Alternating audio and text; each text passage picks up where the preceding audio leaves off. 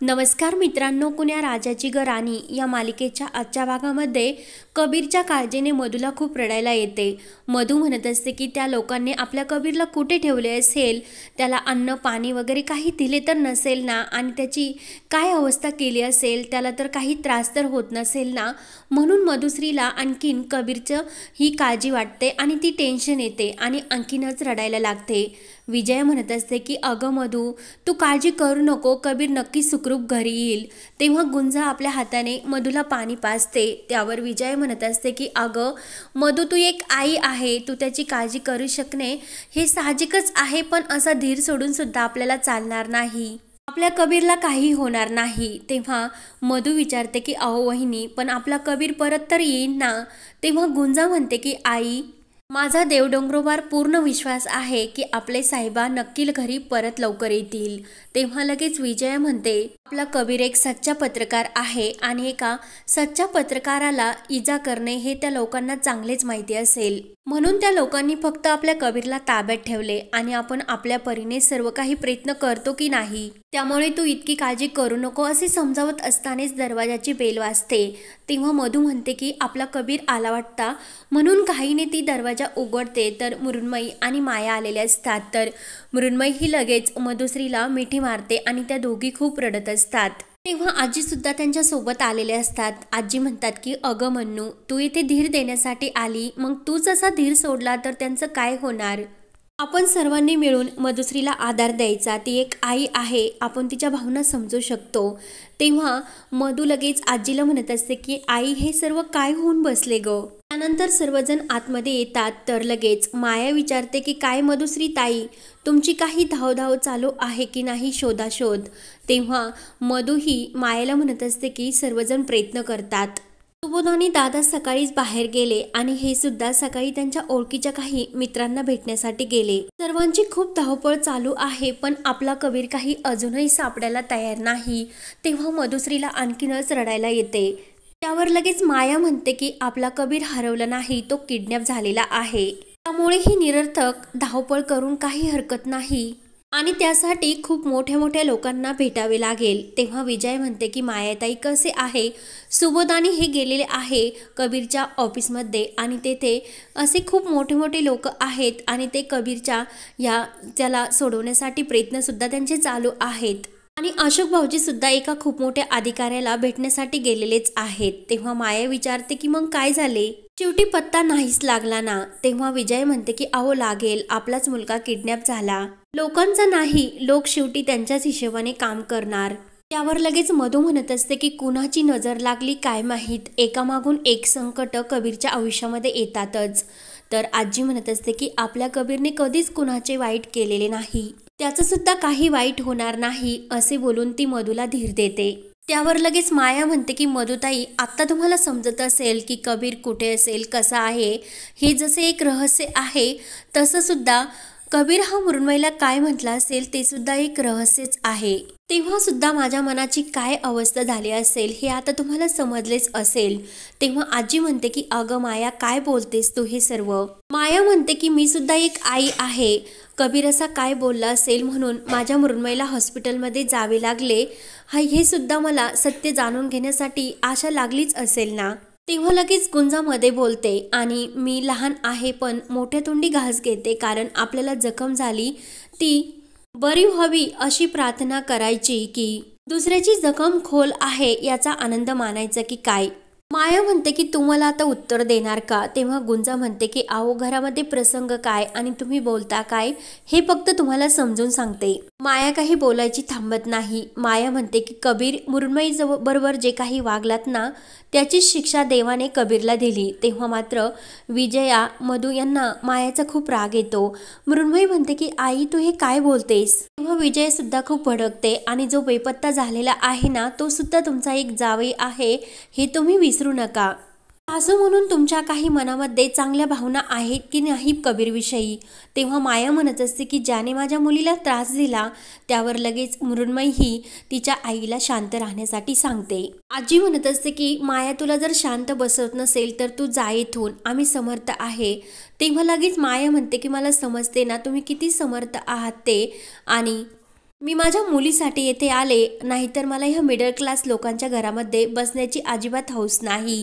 तेव्हा मृण्मयी हात जोडते आणि मम्मा प्लीज शांत होती की नाही असे बोलते. तेव्हा लगेच माया म्हणते की ह्या गुंजाला तू शांत बसण्यासाठी सांग. तेव्हा लगेच मायाही गुंजाला म्हणत असते की काय ग, दुसऱ्याच्या जीवावर इतकं उदर व्हावेसे वाटते तुला? मग कबीर किडनॅप होत होता तेव्हा स्वतःचा जीव संकटात घालून तू का कबीरला वाचवले नाहीस ग? तेव्हा गुंजा म्हणत असते की आओ मला तसा वेळच आला नाही. मी जरी माझा जीव जरी साहेबांसाठी द्यावा लागला असता तरी तो दिला असता. आणि त्यावर तुम्ही उलट सुद्धा उत्तर माझ्यावर आरोप केला असता की हिने साहेबासाठी का जीव दिला म्हणून. त्यावर माया म्हणते की खूप चुरूचुरू बोलते, मग जा कबीरला शोधून घेऊन ये. आणि तू तर काय शोधणार ग कबीरला, स्वतःच्या शहरामध्ये हरवतेस, तुला काय कबीर सापडणार. माया लगेच गुंजाला म्हणते की चालती हो इथून. गुंजा लगेच रागाने आतमध्ये येते. तेव्हा मृण्मयी देवाला प्रार्थना करते की कबीर जिथे कुठे असेल तेथे त्याला सुखरूप राहून दे. त्यानंतर इथे कबीरला जेथे बांधून ठेवण्यात आलेले असतात तेथे ते गुंड येतात. ते गुंड म्हणतात की आओ कबीर साहेब हे खाऊन घ्या, तुमच्यासाठी खायला आणलेत. कबीर म्हणतो की काही झाले तरी मी माझा माफी अर्ज मागे घेणार नाही.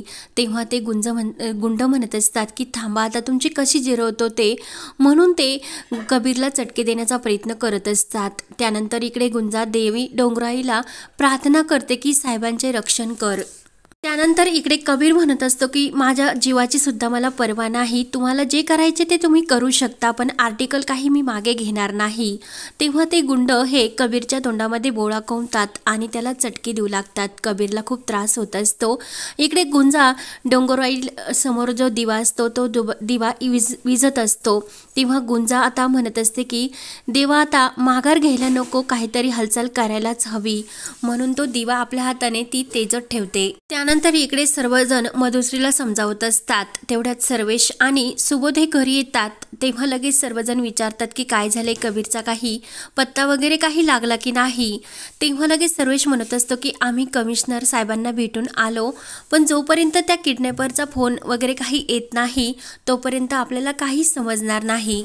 पुढ्यात गुंजा येते आणि गुंजा ही सुबोधला म्हणते की सुबोध दादा मला तुम्ही त्या हॉस्पिटलमध्ये परत घेऊन चला. तेव्हा लगेच ते जायला निघतात. तर लगेच माया म्हणत असते की हो हे यांचेच नाटक आहे, म्हणजे कबीरला सुद्धा यांनीच किडनॅप केले केवळ सर्वेश्वरकडून पैसे काढण्यासाठी. तेव्हा सर्वेश्वरला मायाचा खूप राग येतो आणि तू इथे आलीच कशी, तिकडे तिजोरीचं रक्षण करण्यासाठी कोण आहे असे तो तिला म्हणतो. आणि तेवढ्यात सुबोधच्या मोबाईलवर त्या गुंडांचा कॉल येतो. लगेच तो किडनॅपर म्हणत असतो की तुम्हाला भेटण्याची त्यांना खूप अशी इच्छा झाली, परंतु त्यांना तुम्हाला भेटण्याची घाई झालेली नाही. तर लगेच माया म्हणते की तुम्हाला किती पैसे लागतात आणि पैसे घेऊन जा आणि कबीरला आमच्याकडे स्वाधीन करा. तेव्हा तो किडनॅपर म्हणत असतो की आम्हाला पैसे वगैरे काही लागत नाही, जे डोंगरवाडीचं आर्टिकल आहे ना ते कबीरला मागे घेण्यासाठी सांगा, आम्ही कबीरला सुखरूप तुमच्या ताब्यात देतो. किडनॅपर म्हणतो की ते आर्टिकल खोटं आहे आणि यांनी ते खोटं पद्धतीने छापलं असं फक्त यांनी लिहून द्यायचे. तेव्हा लगेच तो किडनॅपर कबीरकडे फोन बोलण्यासाठी देतो. तर मधू बोलत असते की अरे कबीर बाळा तू कसं आहे. तेव्हा तो किडनॅपर म्हणत असतो की अरे याच्या तोंडातला बोळा तरी काढा, तो त्याच्या आईशी कशी बोलणार. तेव्हा कबीरची ती अवस्था सर्वांना समजते आणि मधूला आणखीनच वाईट वाटते, मृण्मयीला सुद्धा. तेव्हा गुंजा लगेच रडत विचारते की तुमच्या तोंडामध्ये जो बोळा कोंबला होता म्हणजे तुम्हाला नेमकं ते बांधून ठेवले की काय. तेव्हा लगेच तो किडनॅपर म्हणतो की तुमचा फॅमिली ड्रामा बंद करा आणि मुद्द्याशी बोला. तेव्हा कबीर म्हणत असतो की काही झाले तरी हे आर्टिकल मी मागे घेणार नाही, आता माझा माफीनामा नाही तर यांचा गुन्ह्याचा कबुलीनामा देणार. तेव्हा लगेच मधू रडतच म्हणत असते की अरे कबीर तू त्यांच्या समोरच असे बोलतो, ते खरंच तुझ्याशी कसे वागतील. तेव्हा लगेच तो किडनॅपर म्हणतो येत्या 24 तासात जर तुमच्या कबीर लेकाने हे आर्टिकल मागे घेतले नाही तर तुम्ही लगेच त्यांची बॉडी घरी घेऊन जाऊ शकतात. तर ते ऐकून सर्वांना मात्र खूप मोठा असा धक्का बसलेला असतो. ते ऐकून घरातील सर्वजण खूप रडत असतात. तर हा भाग येथे संपतो. पुढील भागामध्ये जी दारूची फुटलेली बाटली असते कबीर आपल्या पायाने ती उचलतो आणि त्याने आपली जो बांधलेला हा दाव आहे तो कापू लागतो. त्यानंतर इकडे मृण्मयी गुंजाकडे येते आणि त्या दिवशी मी तुम्हाला ज्या अवस्थेत बघितले होते खरंच माझी खूप चूक झाली. गुंजा म्हणते की प्लीज असे बोलू नका, तुम्ही साहेबांची होणारी बायको आणि तुमचं त्यांच्याबरोबर लग्न होणार आहे.